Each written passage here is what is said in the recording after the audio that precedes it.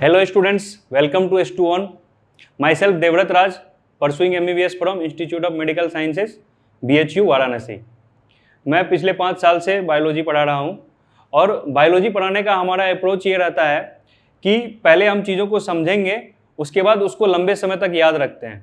ठीक है, तो समझने से वो चीज़ें लंबे समय तक याद रहेगी और उसके लिए हम लोग क्या करते हैं कि उसको थोड़ा सा ट्रिक वगैरह बनाते हैं और उस ट्रिक से उसको अच्छे से याद रखते हैं ताकि चीज़ें अच्छे से रिकॉल हो पाए एग्जाम के टाइम पे। क्योंकि बहुत सारी चीज़ें याद रखने के लिए हो जाती है तो सारा मिक्सअप ना हो जाए, इसके लिए अलग अलग रखने के लिए उसको क्या करते हैं हम लोग ट्रिक से याद करते हैं। ठीक है, तो हमारा अप्रोच क्या रहेगा कि पहले हम समझेंगे, उसके बाद लंबे समय तक कैसे याद रखा जाए उसको समझेंगे। ठीक है, तो आइए देखते हैं आज के लेक्चर में कैसे चीज़ों को आसान बनाया जाए। तो आज हम लोग एक नया चैप्टर पढ़ने वाले हैं। चैप्टर का नाम क्या है? Mineral nutrition. इसमें हम लोग सबसे पढ़ेंगे methods to study the mineral requirements of plant. इसका मतलब क्या है कि प्लांट को मिनरल की जरूरत है, ये कैसे पता चलेगा हमको। तो इसके लिए एक तरीका है हाइड्रोपोनिक्स, उससे हम पता करते हैं कि प्लांट को मिनरल की जरूरत है, कौन से मिनरल की जरूरत है, कितनी जरूरत है, मतलब क्वांटिटी भी पता कर लेंगे और क्वालिटी भी पता कर लेंगे। तो उस टेक्निक का नाम क्या है? हाइड्रोपोनिक्स, उसको पढ़ेंगे हम लोग। उसके बाद क्या है? Essential mineral elements. ठीक है, क्राइटेरिया फॉर इसेंशियलिटी, कैसे जानेंगे कि यही मिनरल जरूरी है, बाकी जो मिनरल है वो जरूरी नहीं है। इसको जानने के लिए कुछ क्राइटेरिया है, तो क्राइटेरिया फॉर इसेंशियलिटी पढ़ेंगे।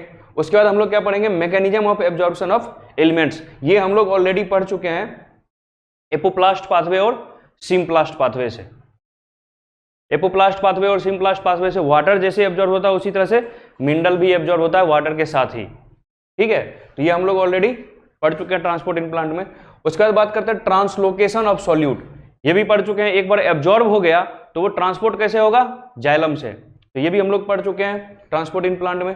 उसके बाद soil as a reservoir of essential elements, हम लोग क्या पढ़ेंगे? उसके बाद नाइट्रोजन साइकिल पढ़ेंगे, एटमॉस्फेरिक नाइट्रोजन से कैसे फिक्स होता है और वो सब पढ़ेंगे इसमें सॉइल एज ए रिजर्वियर में। और metabolisms of nitrogen, nitrogen fixation, nodules कैसे बनते हैं, ये सब के बारे में फिर लास्ट टॉपिक में पढ़ेंगे। ठीक है, तो आज हम लोग मिनरल रिक्वायरमेंट्स के बारे में पढ़ने वाले हैं कि कौन सा मिनरल जरूरी है, कितना जरूरी है, ये कैसे पता करेंगे, क्राइटेरिया फॉर इसेंशियलिटी। ठीक है, टॉक्सिसिटी क्या होता है, डेफिशिएंसी क्या होता है, ये सब चीज हम लोग समझने वाले हैं। तो चलिए स्टार्ट करते हैं चैप्टर। सबसे पहला हम क्या बताएं? मेथड्स पता करेंगे कि कौन सा मिनरल रिक्वायर है प्लांट को। तो उसके लिए कौन सा टेक्निक है? Hydroponics technique. हाइड्रोपोनिक्स टेक्निक क्या कहता है कि सॉइल फ्री मीडियम में सबसे पहला रिक्वायरमेंट क्या है हाइड्रोपोनिक्स के लिए? Soil free medium. मतलब जनरली आप क्या जानते हैं कि प्लांट ग्रो कहाँ होता है? सॉइल में प्लांट ग्रो होता है। अब ये हाइड्रोपोनिक्स टेक्निक में क्या है? सॉइल का हम यूज नहीं कर रहे हैं, तो सॉइल फ्री मीडियम में हमको प्लांट को ग्रो कराना है। प्लांट को ऐसे जगह ग्रो कराना है जहां सॉइल नहीं है। ठीक है, तो सॉइल फ्री मीडियम में ग्रो कराना है। इसमें क्या होगा? वाटर होगा, ठीक है, और मिनरल्स होंगे। क्योंकि प्लांट जब सॉइल में ग्रो करता है तो सॉइल से क्या लेता है? वाटर और मिनरल्स ही तो लेता है, तो वाटर और मिनरल्स इसको दे देते हैं, सॉइल की जरूरत ही नहीं है। समझ पा रहे हैं आप? तो वाटर और मिनरल्स रहेगा और सॉइल फ्री मीडियम रहेगा हाइड्रोपोनिक्स टेक्निक में। ये देखिए न्यूट्रिएंट सॉल्यूशन लिखा हुआ है। न्यूट्रिएंट सॉल्यूशन में जितने भी मिनरल्स होंगे आपके, calcium, boron, hydrogen, carbon, oxygen, nitrogen, phosphorus, sulphur, ये सारे मिनरल न्यूट्रिशन इसमें प्रेजेंट होगा न्यूट्रिएंट सॉल्यूशन में। इसमें साथ के साथ क्या दिया गया है? एयरेटिंग ट्यूब दिया गया है। एयरेटिंग ट्यूब क्या करेगा? ऑक्सीजन रिक्वायरमेंट जो रूट का होगा उसको फुलफिल करेगा ये। ठीक है, इसके साथ साथ ये कॉटन दिया हुआ है। कॉटन से यहाँ क्या है? सपोर्ट मिल रहा है इसको, प्लांट के स्टेम को। ठीक है, और यहाँ पे funnel for adding water and nutrients, मतलब जब वाटर और न्यूट्रिएंट ये प्लांट यूज कर लेगा तो वाटर न्यूट्रिएंट खत्म होगा। ठीक है, तो कंजम्पशन होने के बाद फिर से उसको सप्लाई करने के लिए यहाँ पे फनेल एड किया है। ये हाइड्रोपोनिक्स टेक्निक है। हाइड्रोपोनिक्स टेक्निक से हम क्या पता कर सकते हैं? जैसे इस न्यूट्रिएंट सॉल्यूशन में किसी एलिमेंट को बढ़ा देंगे, हम बहुत ज्यादा कंसंट्रेशन कर देंगे किसी एलिमेंट का, तो ज्यादा कंसंट्रेशन कर देंगे तो हमको पता चलेगा कि प्लांट में अगर कुछ इफेक्ट आया है, बाहर से कुछ मोर्फोलॉजिकल चेंज दिख रहा है, देखेंगे पत्ता सूखने लगा या पत्ता लाल हो गया या पत्ता झड़ने लगा, इस तरह का कुछ हमको सिम्टम्स दिखेगा, तो हम क्या समझ जाएंगे कि ज्यादा नहीं देना है इस एलिमेंट को, मतलब इस एलिमेंट का क्या हो गया? टॉक्सिसिटी हो गया। समझ पा रहे हैं? या फिर कोई एलिमेंट निकाल लेंगे, एक एक करके। हमारे पास 10 एलिमेंट है न्यूट्रिएंट सॉल्यूशन में अगर, और एक एलिमेंट अगर हम निकाल लेते हैं तो देखते हैं कि प्लांट पे क्या असर पड़ता है। तो इससे हमको क्या पता चल जाएगा, डेफिशिएंसी सिम्टम्स का पता चल जाएगा। तो हाइड्रोपोनिक्स टेक्निक से आप डेफिशिएंसी सिम्टम्स का पता कर सकते हैं, टॉक्सिसिटी सिम्टम्स का पता कर सकते हैं, और कितना क्वांटिटी जरूरी है उतना क्वांटिटी का आप पता कर सकते हैं। ठीक है, ये हाइड्रोपोनिक्स टेक्निक है। तो हाइड्रोपोनिक्स टेक्निक क्या है? हाइड्रोपोनिक्स टेक्निक है to grow plant in soil free medium in nutrient solution with aerating tube. और इसका यूज किस लिए करते हैं? पर्पस क्या है हाइड्रोपोनिक्स का? To find out toxicity and deficiency symptoms and normal dose of mineral nutrients for plant. ये आपका हाइड्रोपोनिक्स का यूज हो गया। तो उम्मीद है हाइड्रोपोनिक्स समझ में आ गया आपको। उसके बाद आते हैं criteria for essentiality. Criteria for essentiality जब आप पढ़ेंगे उसमें 3 क्राइटेरिया दिया हुआ है आपके एनसीईआरटी में। क्राइटेरिया फॉर इसेंशियलिटी में कितना क्राइटेरिया दिया हुआ है? 3 क्राइटेरिया दिया हुआ है। कब हम बोलेंगे कि ये एलिमेंट जरूरी है, ये एलिमेंट नहीं है? आप जानते हैं 118 के आसपास एलिमेंट है, पीरियोडिक टेबल पढ़े होंगे केमिस्ट्री में। ठीक है, उसमें से कुछ सिंथेटिक है, कुछ नेचुरल है, उससे मतलब नहीं है। ठीक है, जो एलिमेंट है उसमें से करीब 65 एलिमेंट्स प्लांट में उसका यूज पाया गया है। मतलब दुनिया में जितना प्लांट है वो कुल मिला के कितना एलिमेंट का यूज करता है? 65 एलिमेंट का यूज करता है। ऐसा आपका बुक बोलता है कि अप्रोक्स 65 एलिमेंट का यूज करता है। ठीक है, तो वो 65 एलिमेंट इसके लिए क्या हो गया? जरूरी हो गया। अब बात ये आती है कि कुछ एलिमेंट को इसेंशियल बोलते हैं, कुछ एलिमेंट को नॉन इसेंशियल बोलते हैं। ठीक है, तो इसेंशियल कब बोलेंगे और नॉन इसेंशियल कब बोलेंगे? तो एसेंशियल बोलने का क्राइटेरिया है, सबसे पहला क्राइटेरिया है कि वो उसके ग्रोथ, रिप्रोडक्शन और लाइफ साइकिल, क्या बोले हम? ग्रोथ, रिप्रोडक्शन और लाइफ साइकिल। तो किसी भी प्लांट के ग्रोथ के लिए, किसी भी प्लांट के रिप्रोडक्शन के लिए और किसी प्लांट का पूरा लाइफ साइकिल कंप्लीट होने के लिए उस एलिमेंट की जरूरत पड़ेगी और 100% पड़ेगी। इसलिए उस एलिमेंट को क्या बोलेंगे? इसेंशियल। मतलब वो एलिमेंट अगर नहीं होगा तो उस प्लांट का ग्रोथ नहीं होगा, वो एलिमेंट अगर नहीं होगा तो उस प्लांट का रिप्रोडक्शन कंप्लीट नहीं होगा, वो एलिमेंट अगर नहीं होगा तो उस प्लांट का लाइफ साइकिल कंप्लीट नहीं होगा। तो इसलिए वो एलिमेंट क्या हो गया? इसेंशियल हो गया। ठीक है, दूसरा कह रहा है कि requirement of element must be specific and irreplaceable. Irreplaceable से क्या मतलब है इसको समझिए आप। Must be specific and irreplaceable, मतलब जिस एलिमेंट की जरूरत है प्लांट को वही एलिमेंट चाहिए, उसके बदले कोई दूसरा एलिमेंट से काम नहीं चलेगा। तो वो इसका मतलब और जरूरी हो गया। मतलब इसेंशियल एलिमेंट की ही तो बात कर रहे हैं हम लोग। मतलब अगर आपको आयरन की जरूरत है तो आयरन के बदले मैग्नीज दे देंगे तो प्लांट खुश नहीं होगा, उसको आयरन ही चाहिए और आयरन ही वो ग्रोथ, रिप्रोडक्शन और लाइफ साइकिल कंप्लीट कर पाएगा। तो जो भी इसेंशियल एलिमेंट है उसको आप रिप्लेस नहीं कर सकते दूसरे एलिमेंट से, तभी वो इसेंशियल कहलाएगा। अगर उसके बदले आप दूसरे दे देते हैं और उससे काम चल ही जाता है तो फिर वो इसेंशियल कहां रहा? समझ पा रहे हैं आप? तो ये दूसरा क्राइटेरिया है। तीसरा बोलता है कि the element must be directly involve, element must be directly involve into metabolism. मतलब सेल के मेटाबॉलिज्म में, उस प्लांट के मेटाबॉलिज्म में डायरेक्टली इन्वॉल्वमेंट उस एलिमेंट का होना चाहिए। ये नहीं कि एलिमेंट है, उस सेल के अंदर है, लेकिन उस सेल के अंदर उस एलिमेंट का कुछ खास काम हो नहीं रहा है मेटाबॉलिज्म में, तब फिर उसको इसेंशियल नहीं बोलेंगे। उसका डायरेक्ट इन्वॉल्वमेंट होना चाहिए सेल के अंदर कि मेटाबॉलिज्म में, यानी कि कैटाबॉलिक और एनाबॉलिक रिएक्शन में उस एलिमेंट का यूज होना चाहिए, तब जाके उस एलिमेंट को क्या बोलेंगे? इसेंशियल बोलेंगे।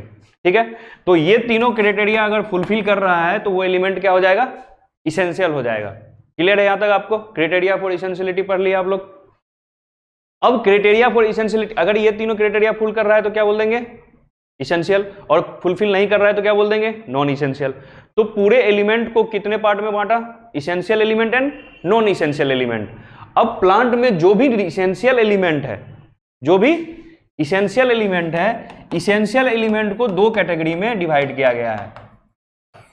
इसेंशियल एलिमेंट को 2 कैटेगरी में डिवाइड किया गया है, macro nutrients and micro nutrients. मतलब जिसका क्वांटिटी कम जरूरत है प्लांट को, इसेंशियल है लेकिन क्वांटिटी कम जरूरत है तो क्या बोल देंगे?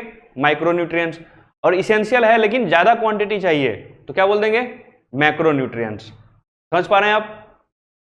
तो ये इसेंशियल एलिमेंट को दो पार्ट में डिवाइड किया गया है। कौन कौन सा? इसेंशियल एलिमेंट्स को macro nutrients and micro nutrients. सबसे बड़ा क्वेश्चन जो आपसे पूछा जाता है नीट में, वो आपको 4-5 एलिमेंट लिख देगा और ऑप्शन में, और बोलेगा कि which of the following is an macro nutrients, which of the following is an micro nutrients. तो मैक्रो न्यूट्रिएंट्स का एग्जांपल और माइक्रो न्यूट्रिएंट्स का एग्जांपल आपको याद रखना पड़ेगा। क्या करना पड़ेगा? याद रखना पड़ेगा। इसके लिए आपको हम एक ट्रिक बताएंगे मैक्रो न्यूट्रिएंट्स का एग्जांपल याद रखने का और माइक्रो न्यूट्रिएंट्स के एग्जांपल याद रखने का। तो देखिए कौन कौन सा मैक्रो न्यूट्रिएंट्स है। Calcium, sulphur, hydrogen, carbon, oxygen, phosphorus, potassium, magnesium और नाइट्रोजन। ये सब क्या है? मैक्रो न्यूट्रिएंट्स है, इसेंशियल है, इनकी क्वांटिटी रिलेटिवली ज्यादा की जरूरत पड़ती है, इसलिए इसको क्या बोल दिया? मैक्रो न्यूट्रिएंट्स बोल दिया। माइक्रो न्यूट्रिएंट्स का example chlorine, iron, manganese, copper, boron, zinc, molybdenum और निकल। ये क्या हो गया? माइक्रो न्यूट्रिएंट्स का एग्जांपल हो गया। तो मैक्रो न्यूट्रिएंट्स और माइक्रो न्यूट्रिएंट्स, ये एग्जांपल आपको डायरेक्ट याद करना पड़ेगा। आपको ऑप्शन में देगा चार ऑप्शन देगा, एक जगह मैग्नीज दे दिया, एक जगह कैल्शियम दे दिया, एक जगह सल्फर दे दिया और एक जगह आयरन दे दिया। चार ऑप्शन में 4 एलिमेंट दे दिया, पूछेगा which of the following is not a macro nutrient, तो आंसर क्या जाएगा? आयरन जाएगा, क्योंकि आयरन क्या है? माइक्रो है। ठीक है, तो आपको याद रहना चाहिए कि कौन कौन सा मैक्रो था और कौन कौन सा माइक्रो है। ठीक है, तो मैक्रो का ट्रिक क्या है इसको समझिए। याद करने का ट्रिक आपको बताते हैं, आप लोग भूलेंगे नहीं।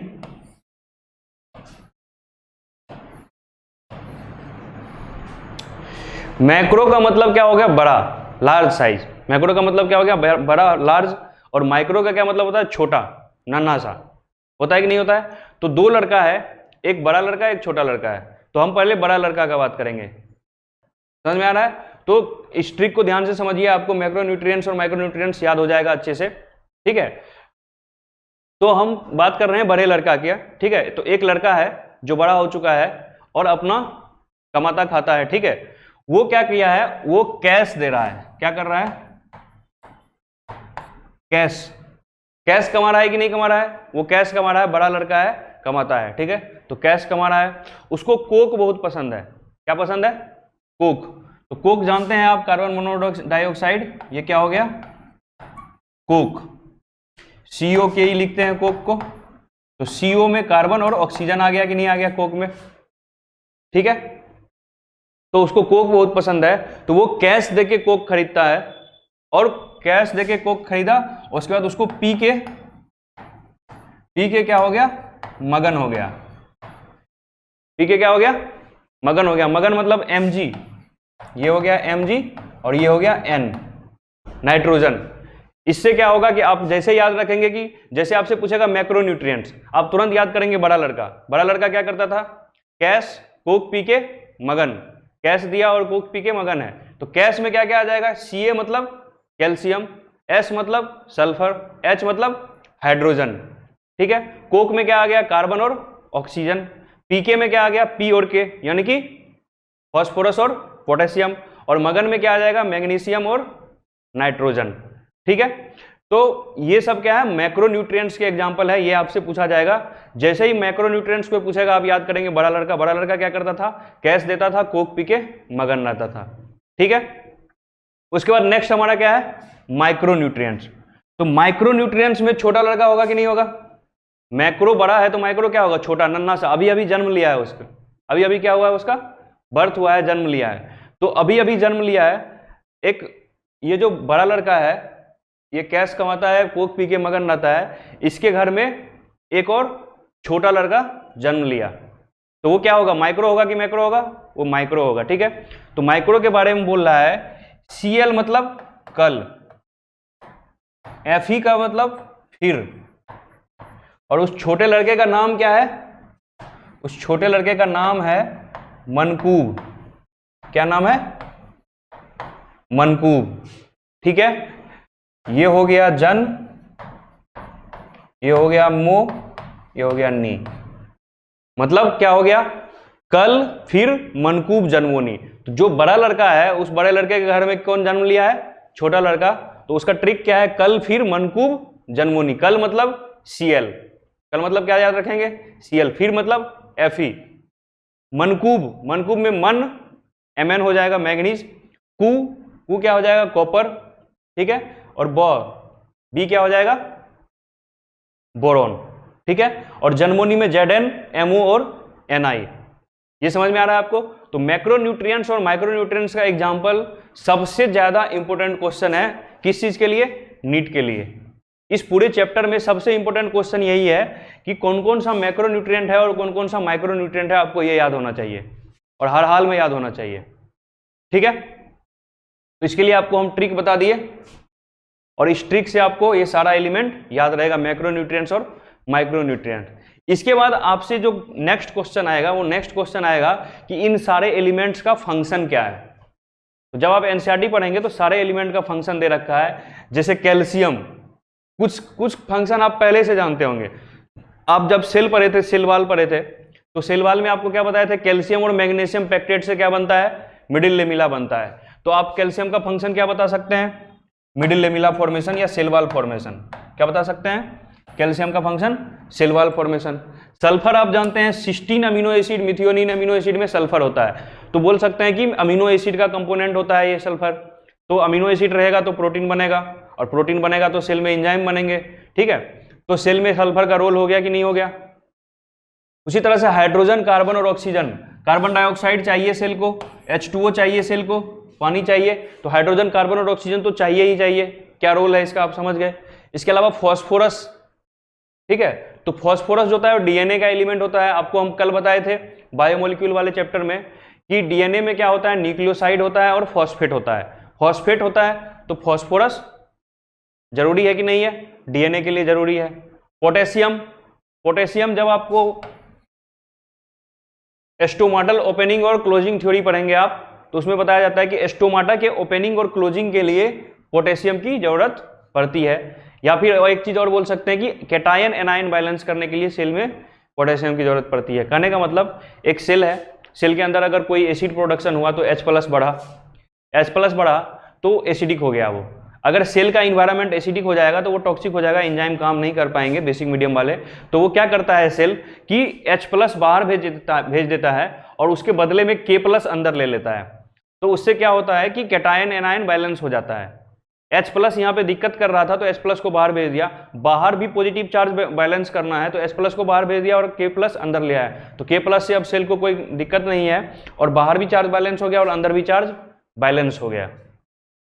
क्लियर है? तो कैटायन एनायन बैलेंस में पोटेशियम का रोल है, ठीक है। इसी तरह से मैग्नीशियम, मैग्नीशियम का रोल है आपका क्लोरोफिल सिंथेसिस में।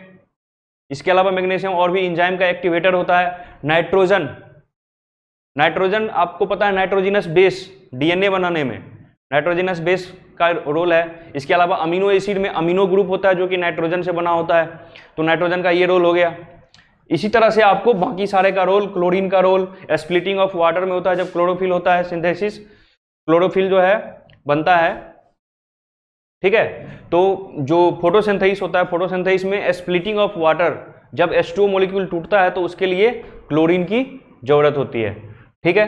इस तरह से आप सारा मैक्रोन्यूट्रिएंट्स और माइक्रोन्यूट्रिएंट्स का रोल आपको याद करना है। सबसे इंपॉर्टेंट एक क्वेश्चन पूछा जाता है बोरोन का, it helps in germination of pollen tube. तो पोलन ट्यूब जर्मिनेशन वाला क्वेश्चन 3-4 बार नीट में आ चुका है, जर्मिनेशन ऑफ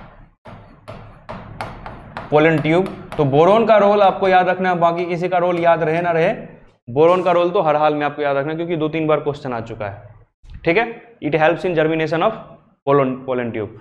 तो अभी तक आपको हम क्या बताया, हाइड्रोपोनिक्स टेक्निक क्या होता है, क्राइटेरिया फॉर इसेंशियलिटी क्या होता है, और मैक्रोन्यूट्रिएंट्स और माइक्रोन्यूट्रिएंट्स कौन कौन से हैं और उनका क्या रोल है, ये आपको हम पढ़ा चुके हैं, ठीक है।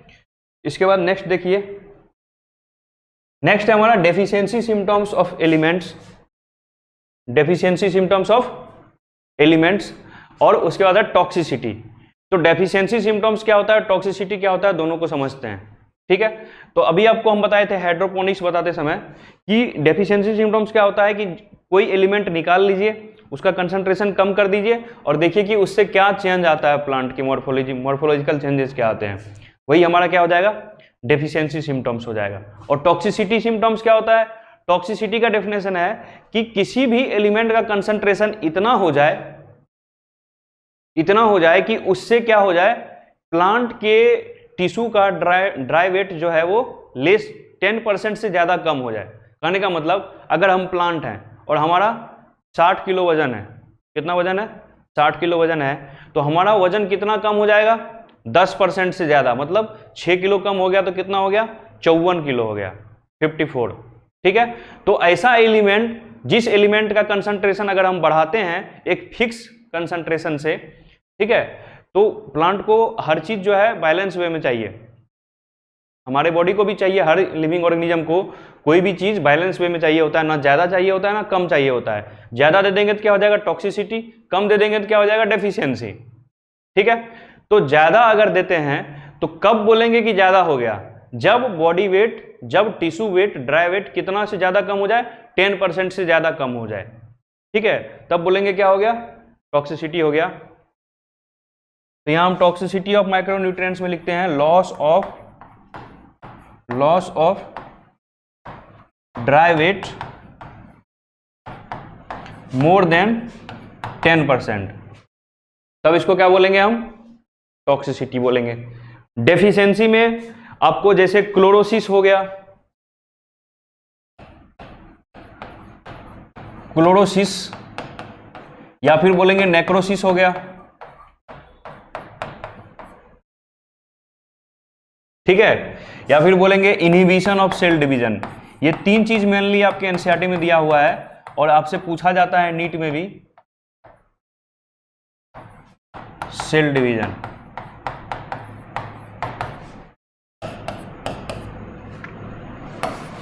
कौन से एलिमेंट के डेफिशिएंसी के कारण ये सिम्टम्स आएगा वो आपको हम बता रहे हैं।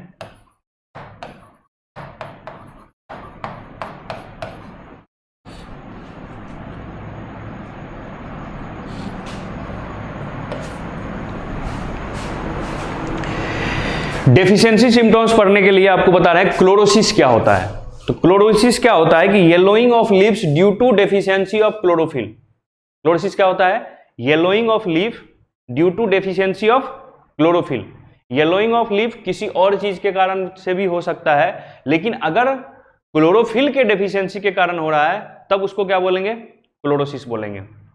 ठीक है, तो क्लोरोसिस हो गया मतलब पहले पत्ता हरा भरा था, अब वो क्या हो गया, पीला हो गया, अब वो क्या हो गया, पीला हो गया, तो उसको क्या बोलेंगे, क्लोरोसिस बोलेंगे। ठीक है, तो क्लोरोसिस के लिए बहुत सारा एलिमेंट रिस्पॉन्सिबल है।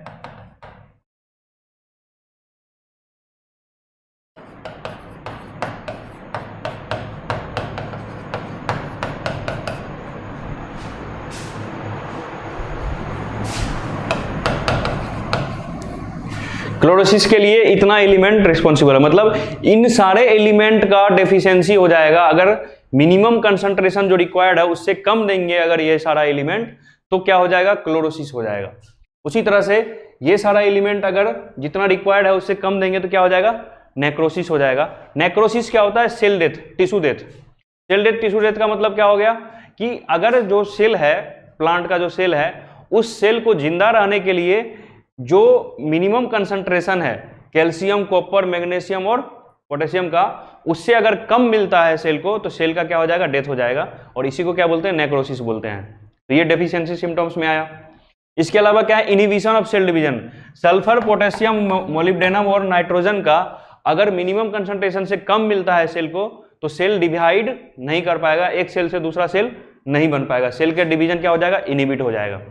ठीक है, इसमें एक ट्रिक आपको बताते हैं कि नेक्रोसिस करने आपसे पूछेगा कि which of the following deficiency of which of the following element will cause necrosis, ऐसे क्वेश्चन आएगा।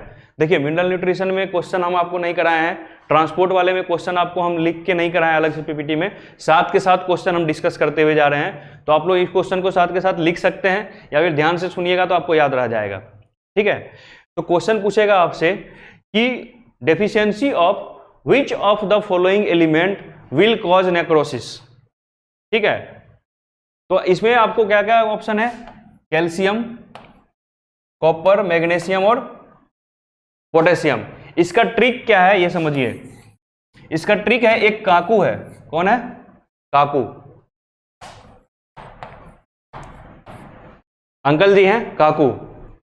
mg का मतलब हो गया मांगे, और k का मतलब क्या हो गया, कैटरीना।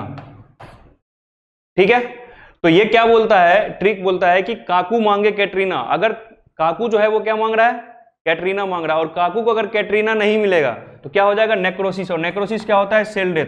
तो मतलब काकू का क्या हो जाएगा, डेथ। मतलब काकू को अगर कैटरीना नहीं मिला जाएगा तो काकू का क्या हो जाएगा, डेथ। और डेथ क्या होता है, नेक्रोसिस।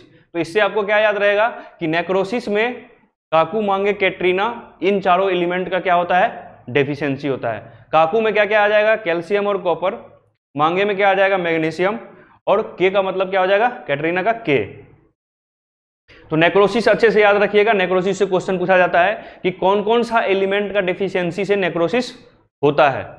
तो कौन कौन सा एलिमेंट का डेफिशिएंसी होता है, जैसे नेक्रोसिस आएगा आपके दिमाग में आना चाहिए काकू मांगे कैटरीना, नहीं तो काकू का हो जाएगा नेक्रोसिस।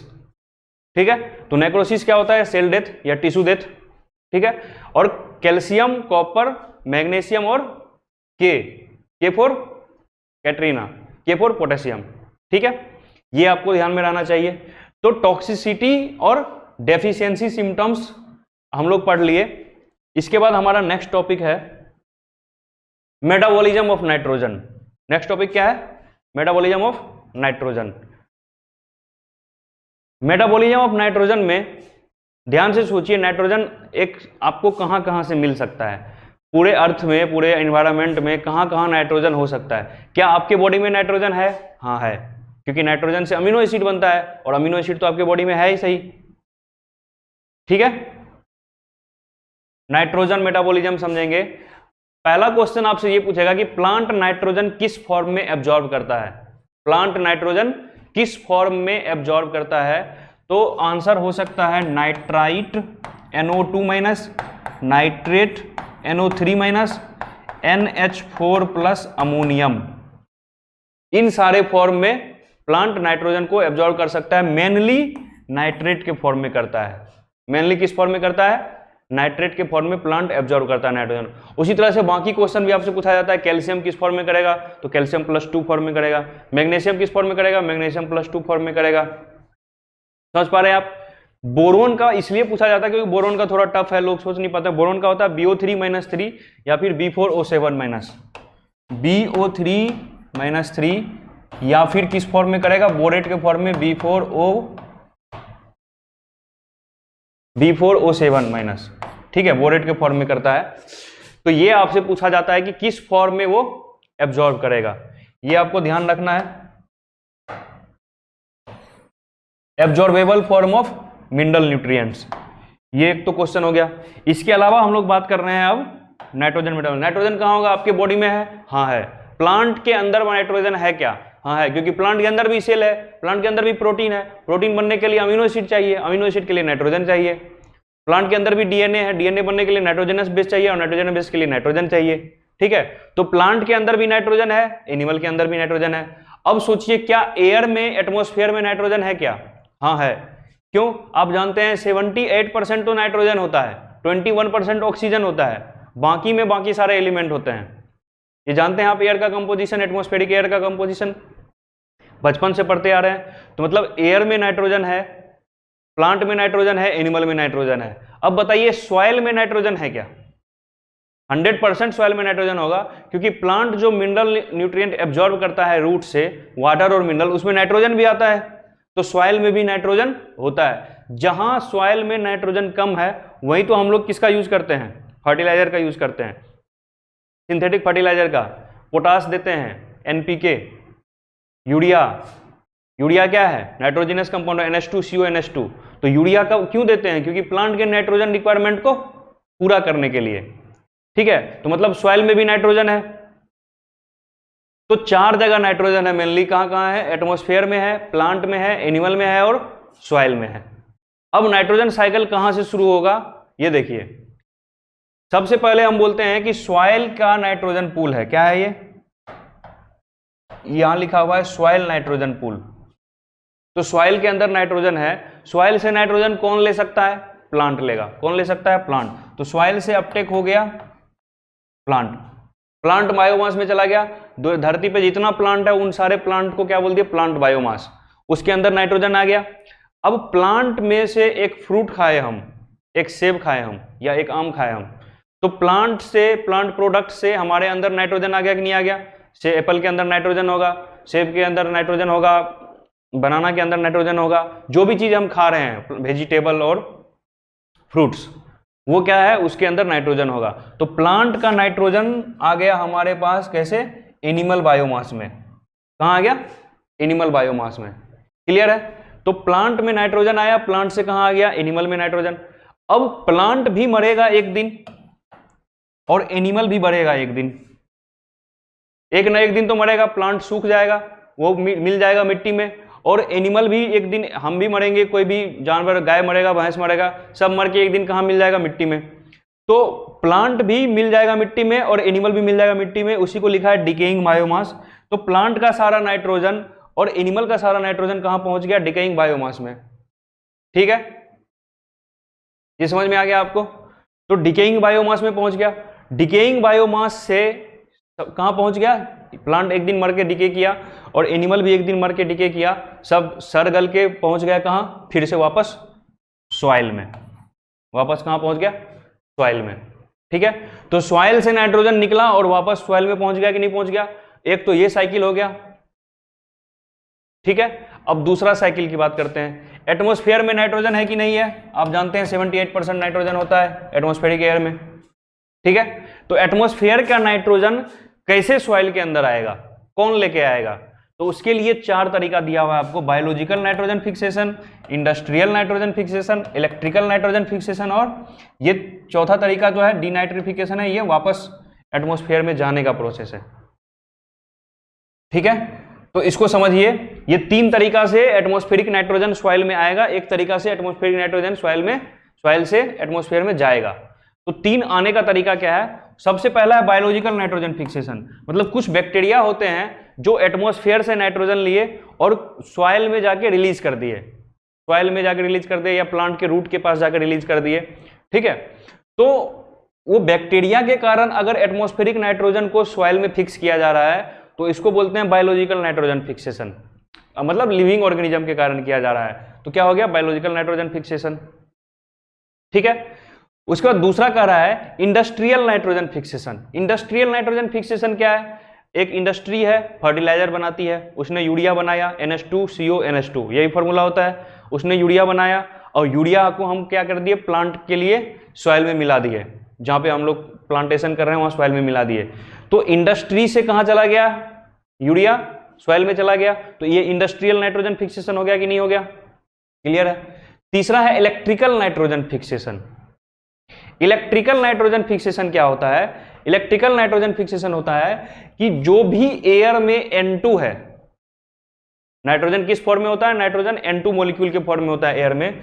जो भी एयर में N2 है वो इलेक्ट्रिसिटी के कारण कभी कभी जो क्या होता है? इलेक्ट्रिसिटी मतलब जो लाइटनिंग होता है, बिजली चमकता है, तो उसके कारण क्या हो गया? ऑक्सीडाइज होके क्या बन गया? NO3- बन गया, नाइट्रेट बन गया। और एक बार जब नाइट्रेट बन गया ये, ठीक है, तो जब नाइट्रेट बन गया तो वो एयर से डायरेक्ट सॉइल में जा सकता है, और एयर से डायरेक्ट सॉइल में चला जाएगा तो सॉइल से कहां चला जाएगा? वह फिर प्लांट में एब्जॉर्ब हो जाएगा। तो इसको क्या बोल दिए हम? Electrical nitrogen fixation. क्लियर है? अब सेल के सॉइल के अंदर क्या प्रोसेस हो रहा है उसको समझिए। अमोनिया आया पहले बायोलॉजिकल नाइट्रोजन फिक्सेशन से, अमोनिया से NO2- बना, NO2- से NO3- बना, और NO3- को प्लांट अपटेक किया था। हम बताए थे कि NH4+ के फॉर्म में या NO2- के फॉर्म में या NO3- के फॉर्म में प्लांट एब्जॉर्ब कर सकता है, नाइट्रोजन को कर सकता है, लेकिन मेनली किस फॉर्म में करता है? नाइट्रेट के फॉर्म में करता है। तो सॉइल में जो अमोनिया आया NH3 या सॉइल में जो NO2- आया उसको कन्वर्ट करना पड़ेगा किसमें? NO3- में। ठीक है, और NO3- फिर प्लांट बायोमास में एब्जॉर्ब हो जाएगा, प्लांट अपटेक कर लेगा उसको। ठीक है, तो NH3 से NO2 माइनस बनाने के लिए कुछ खास तरह के बैक्टीरिया होते हैं, और NO2 माइनस से फिर वापस NO3 माइनस बनाने के लिए, नाइट्रेट बनाने के लिए कुछ खास बैक्टीरिया होते हैं। इस बैक्टीरिया का नाम आपको हम कल बताएंगे नाइट्रोजन फिक्सेशन पढ़ाते समय, ठीक है। तो ये आपको बता रहे हैं कि अमोनिया से नाइट्राइट और नाइट्राइट से नाइट्रेट, तो नाइट्रेट बनने का जो प्रोसेस है उसको क्या बोलते हैं? नाइट्रिफिकेशन। क्या बोलते हैं? नाइट्रिफिकेशन। एक होता है अमोनिफिकेशन। अमोनिफिकेशन क्या होता है? डिकेइंग बायोमास से अमोनिया कहां चला गया? सॉइल में, उसको क्या बोलते हैं? अमोनिफिकेशन। एक प्रोसेस होता है डीनाइट्रिफिकेशन। डीनाइट्रिफिकेशन, नाइट्रिफिकेशन अगर आपको समझ में आ गया तो डीनाइट्रिफिकेशन अपने आप समझ में आ जाएगा, क्योंकि नाइट्रिफिकेशन क्या है? N2 से NO3 माइनस बनना, N2 से नाइट्रेट बनना। तो डीनाइट्रिफिकेशन क्या हो जाएगा? इसका उल्टा, नाइट्रेट से N2 बनना, ठीक है। तो नाइट्रेट है यहाँ पे, और नाइट्रेट से वापस N2 अगर एटमॉस्फेयर में जा रहा है तो इसको क्या बोलते हैं? डीनाइट्रिफिकेशन। और डीनाइट्रिफिकेशन के लिए भी कुछ ऑर्गेनिज्म होते हैं जो कि नाइट्रेट को N2 में कन्वर्ट करते हैं, जो बैक्टीरिया होते हैं, थायोबैसिलस डीनाइट्रिफिकेंस बैक्टीरिया का नाम है, ठीक है। वो बैक्टीरिया क्या करेगा? डीनाइट्रिफिकेशन करेगा। क्लियर है? तो ये आपको हम क्या बता रहे हैं? नाइट्रोजन साइकिल, नाइट्रोजन मेटाबॉलिज्म, ठीक है। तो ये जो बायोलॉजिकल नाइट्रोजन फिक्सेशन है जो कि राइजोबियम करेगा, इसके बारे में हम लोग कल डिटेल से चर्चा करेंगे। ये आज शुरू कर देंगे तो ये आज कंप्लीट नहीं हो पाएगा। समझ रहे हैं? ये बायोलॉजिकल नाइट्रोजन फिक्सेशन कैसे नाइट्रोजिनेज एंजाइम काम करेगा और कैसे राइजोबियम काम करेगा, कैसे थ्रेड बनाएगा, इन्फेक्शन थ्रेड बनाएगा और नोड्यूल बनाएगा, ये आज नहीं हो पाएगा, इसलिए इसको कल करेंगे। फिर बाद में है कि एक बार नाइट्रोजन एब्जॉर्ब कर लिया प्लांट तो उसका फेट क्या होगा? Ammonia, fate of ammonia. Nitrogen ammonia के फॉर्म में एब्जॉर्ब किया प्लांट, ठीक है, तो उसका फेट क्या होगा उसके बारे में चर्चा करेंगे फिर, ठीक है। और उसके बाद जो प्रोसेस है सारा करने के बाद, ट्रांस अमीनेशन और वगैरह करने के बाद, डीअमीनेशन करने के बाद हमारा चैप्टर खत्म हो जाएगा। तो कल के लेक्चर में हमको क्या करना है? बायोलॉजिकल नाइट्रोजन फिक्सेशन देखेंगे हम लोग। तो आप लोग क्या कीजिएगा, इसको एक बार पढ़ के आइएगा बायोलॉजिकल नाइट्रोजन फिक्सेशन को। 1 से 2 पेज होगा, एनसीईआरटी में लास्ट में दिया हुआ है मिनरल न्यूट्रिशन वाले चैप्टर में, उसको पढ़ के आइएगा तो आपको ज्यादा समझ में आएगा ये इन्फेक्शन थ्रेड, ठीक है। इसको पढ़ के आना है। और इसके अलावा देखिए आज का जो टॉपिक है हम आपको एक बार फिर से रिकैप कर देते हैं। सबसे पहले आपको क्या पता है? मिनरल रिक्वायरमेंट ऑफ प्लांट कैसे पता करेंगे? हाइड्रोपोनिक्स से, ठीक है। और उसके बाद दूसरा क्या है हमारा? Essential mineral element. Criteria for essentiality बताए कि ग्रोथ, रिप्रोडक्शन, लाइफ साइकिल के लिए जरूरी होना चाहिए, स्पेसिफिक होना चाहिए, उसको रिप्लेस नहीं किया जा सकता है किसी दूसरे एलिमेंट से, स्पेसिफिक एंड इरिप्लेसेबल। और फिर बताया था directly involve in metabolism, 3 criteria था। उसके बाद बताया मैक्रोन्यूट्रिएंट्स, माइक्रोन्यूट्रिएंट्स। मैक्रोन्यूट्रिएंट्स बड़ा लड़का कैश कमाता है, कॉफी पी के मगन रहता है, ठीक है। तो कैश मतलब कैल्शियम, सल्फर और हाइड्रोजन, कैल्शियम, सल्फर और हाइड्रोजन। कॉफी मतलब कार्बन और ऑक्सीजन, ठीक है। और पी के मतलब पी और के मतलब फॉस्फोरस और पोटेशियम। और मगन मतलब Mg, मैग्नीशियम और नाइट्रोजन, ठीक है। तो बड़ा लड़का हो गया। उसी के घर में छोटा लड़का जन्म लिया, वो क्या है? माइक्रोन्यूट्रिएंट्स है। छोटा लड़का के बारे में क्या बोले? फिर कल फिर मनकूब जन्मोनी। कल मतलब क्लोरीन, फिर मतलब आयरन Fe, मनकूब मतलब मन Cu, Mn manganese, Cu copper, B मतलब बोरॉन, जन्मोनी ZnMONi, ठीक है। तो जिंक, मोलिब्डेनम और निकेल, ये माइक्रोन्यूट्रिएंट्स हो गया। इसके अलावा एक ट्रिक आपको और बताए थे किसका? नेक्रोसिस का। काकू मांगे कैटरीना, नहीं तो क्या हो जाएगा? नेक्रोसिस हो जाएगा, डेथ हो जाएगा, सेल डेथ हो जाएगा, ठीक है। तो काकू में क्या हो गया? कैल्शियम और कॉपर। मांगे में क्या हो गया? Mg। और कैटरीना में क्या हो गया? पोटेशियम। क्लियर है आपको? उसके बाद आपको हम इसेंशियल मिनरल एलिमेंट्स के बाद क्या बताए थे? Mechanism of absorption of elements और ट्रांसलोकेशन ऑफ सॉल्यूट। ये चीज आपको हम ट्रांसपोर्ट इन प्लांट में पढ़ा चुके थे कि जैसे रूट हेयर से वाटर और मिनरल एब्जॉर्ब होगा, ठीक है, तो 2 तरीका है, एपोप्लास्ट और सिम्प्लास्ट, उसके थ्रू एब्जॉर्प्शन होगा, ठीक है। इसके अलावा एक्टिव एब्जॉर्प्शन भी हो सकता है। कुछ एलिमेंट होता है सॉइल में जिसका कंसंट्रेशन प्लांट के अंदर, जो कंसंट्रेशन है प्लांट के सेल के अंदर, रूट हेयर सेल के अंदर, उससे कम होता है। मतलब सॉइल में कंसंट्रेशन कम है और रूट हेयर के सेल में ज्यादा है। तो low concentration to high concentration हमको उस मिनरल को एब्जॉर्ब करना है, तो उसके लिए क्या करना पड़ेगा? एक्टिव ट्रांसपोर्ट करना पड़ेगा, एटीपी खर्च करना पड़ेगा। तो कुछ मिनरल का एक्टिव ट्रांसपोर्ट भी होता है। और इसके अलावा और मिनरल एब्जॉर्प्शन में और क्या दिक्कत आ सकती है? दिक्कत ये आ सकती है चार्ज की। किसकी दिक्कत आ सकती है? चार्ज की। मतलब नाइट्रोजन आपको अगर नाइट्रेट के फॉर्म में एब्जॉर्ब करना है और इसके और सेल के अंदर अगर नेगेटिवली चार्ज मॉलिक्यूल है तो दोनों के आपस में क्या होगा? रिपल्सन होगा, तो एब्जॉर्प्शन में दिक्कत आएगी। ये मैकेनिज्म ऑफ एब्जॉर्प्शन से रिलेटेड बात हो गया। इसके बाद ट्रांसलोकेशन ऑफ सॉल्यूट, सिंपल सा है, कैसे जाएगा? जाइलम से नीचे से ऊपर जाएगा और उसके लिए क्या तरीका बताया था आपको? Transpiration pull theory. पानी के साथ साथ मिनरल्स भी ऊपर चला जाएगा प्लांट के सारे पार्ट में ट्रांसपिरेशन पुल थ्योरी से, ठीक है। कोहेशन, एडेशन और सरफेस टेंशन, 3 चीज जरूरी होता है ट्रांसपिरेशन पुल के लिए। ये चीज आपको कल हम पढ़ा चुके हैं। नेक्स्ट है soil as reservoir of essential element. Essential element सारे आपको कहाँ मिलेंगे? सॉइल में मिलेंगे, क्योंकि प्लांट को सारे एलिमेंट कहाँ से मिलते हैं? सॉइल से ही मिलते हैं, ठीक है। और जो नाइट्रोजन मेटाबॉलिज्म आपको समझाया हम लास्ट में, नाइट्रोजन साइकिल, उसमें क्या बताया? एटमॉस्फेरिक नाइट्रोजन होगा, सॉइल का नाइट्रोजन पूल होगा और बायोमास होगा, प्लांट एंड एनिमल बायोमास होगा। सॉइल के नाइट्रोजन से कहाँ गया नाइट्रोजन? प्लांट में गया। प्लांट को कौन खाया? एनिमल खाया प्लांट के प्रोडक्ट को, तो प्लांट से कहाँ चला गया? एनिमल में चला गया। फिर प्लांट भी मरा और एनिमल भी मरा। प्लांट और एनिमल के डिकेइंग बायोमास से वापस नाइट्रोजन कहाँ चला गया? सॉइल में चला गया। तो ये soil to plant, plant to animal, plant to decaying biomass, animal to decaying biomass, decaying biomass to soil nitrogen pool, ठीक है। ये आपका एक साइकिल पूरा हुआ। उसके बाद नेक्स्ट है आपका कि सॉइल और एटमॉस्फेयर के बीच में नाइट्रोजन का कैसे ट्रांसफर होता है। तो सॉइल, एटमॉस्फेयर से नाइट्रोजन कैसे आएगा सॉइल में? बायोलॉजिकल नाइट्रोजन फिक्सेशन के द्वारा बैक्टीरिया करेगा, ठीक है। इसके अलावा क्या बताए थे? इलेक्ट्रिकल नाइट्रोजन फिक्सेशन और इंडस्ट्रियल नाइट्रोजन फिक्सेशन। और सॉइल से एटमॉस्फेयर में वापस कैसे जाएगा? डीनाइट्रिफिकेशन से। डीनाइट्रीफाइंग बैक्टीरिया होता है, कौन बताए? नाम क्या बताया आपको? Example thiobacillus denitrificans. ये आप नाम याद कर लेंगे, थायोबैसिलस